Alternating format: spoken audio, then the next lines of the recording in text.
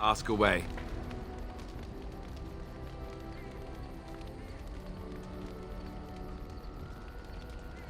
Of course.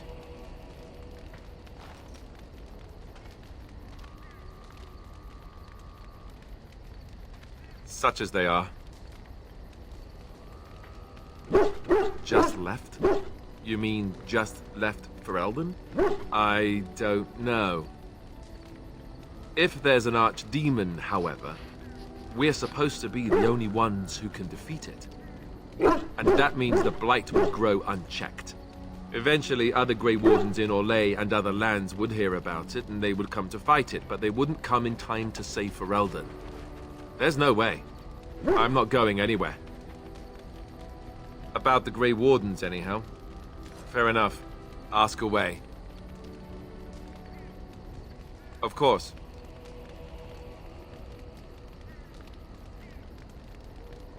You mean other than becoming a Grey Warden?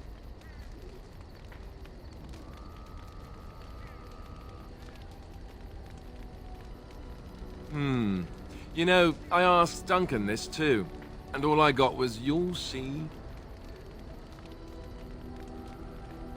Oh, it's not that Duncan wants to keep it a secret, it's just that the Grey Wardens don't discuss it much. I gather it's not a pleasant topic. The first change I noticed was an increase in appetite. I used to get up in the middle of the night and raid the castle larder. I thought I was starving. I'd slurp down every dinner like it was my last.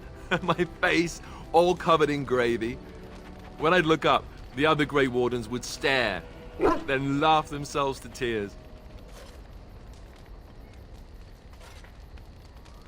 Really? Because I was watching you wolf down food the other day, and I thought, ooh, it's a good thing she gets a lot of exercise.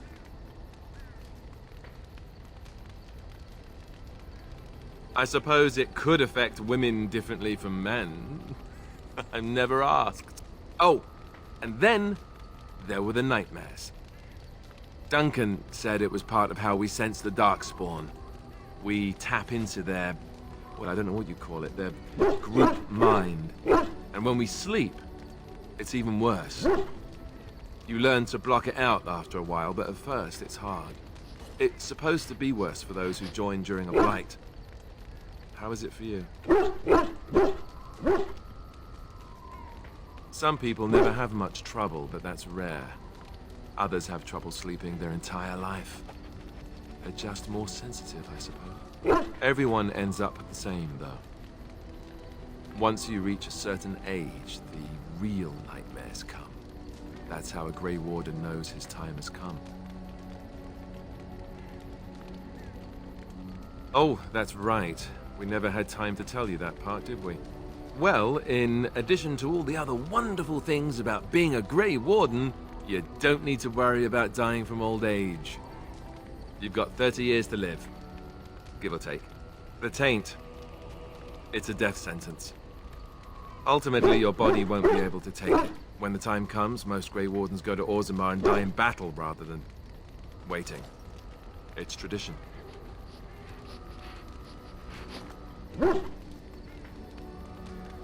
You'll always find Darkspawn down where the dwarves are. The oldest Grey Wardens head to the deep roads for one last glorious battle. Not that there's a shortage of Darkspawn during a blight, but that's the tradition. The dwarves respect us for it. And you wondered why we kept the joining a secret from the new recruits. There you have it.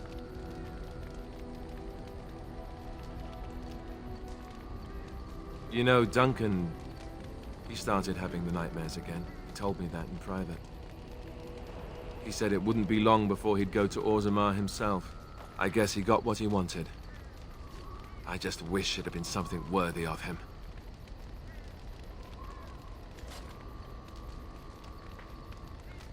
You know, ending the blight should make this all worthwhile, right?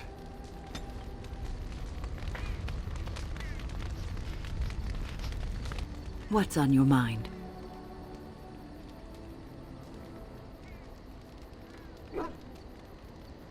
I try not to dwell too much on the mistakes of my past, of which there are many. I would go quite mad if I did that. But I do have one regret. The greatest misstep of my life, made even more grave because it had dire consequences for someone else. Years ago, I was assigned as mentor to a lad, Anarin. He was my first apprentice. Anarin was an elf, raised in one of the elven alienages, and he was very mistrustful of humans, especially humans in authority.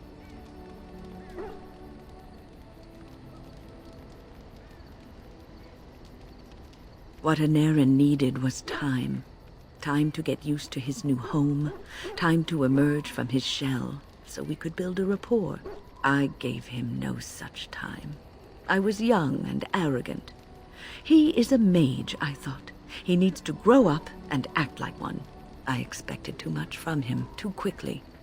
I gave no consideration to his origin or his feelings, and he retreated further from me. All I could think of was how stubborn he was, how he was throwing away all his talent and his potential just to be difficult.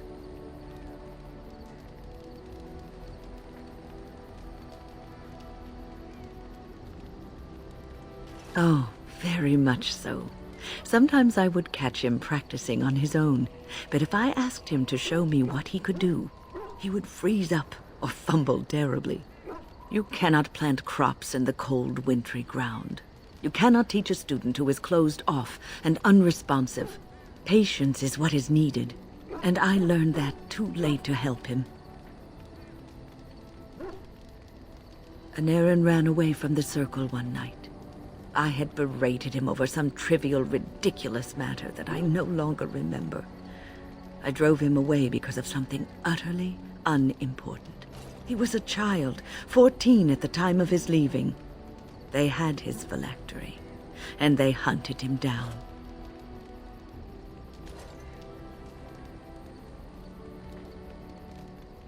They called him Maleficar, a mage who practices forbidden magic, deserving of death. He was a child, misunderstood and lost. I begged the Templars to tell me if he suffered, if they gave him a quick death. I got no answers from them. I was his mentor, and they wouldn't even tell me what became of him. I should have known better. I had the best mentors. They were kind, compassionate. Why didn't I learn from them? I failed Anarin. All I had to do was listen to him. He would try to talk to me, and I would tell him to concentrate on his spells. He talked about the alienage sometimes, and the Dalish. He always talked about looking for the Dalish elves.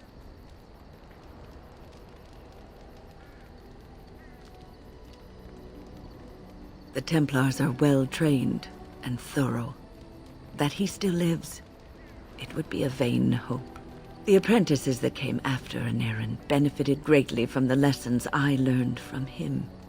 In a sense, he was my teacher, and I his student.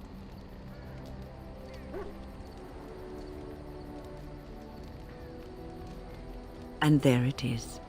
My story, my one greatest regret.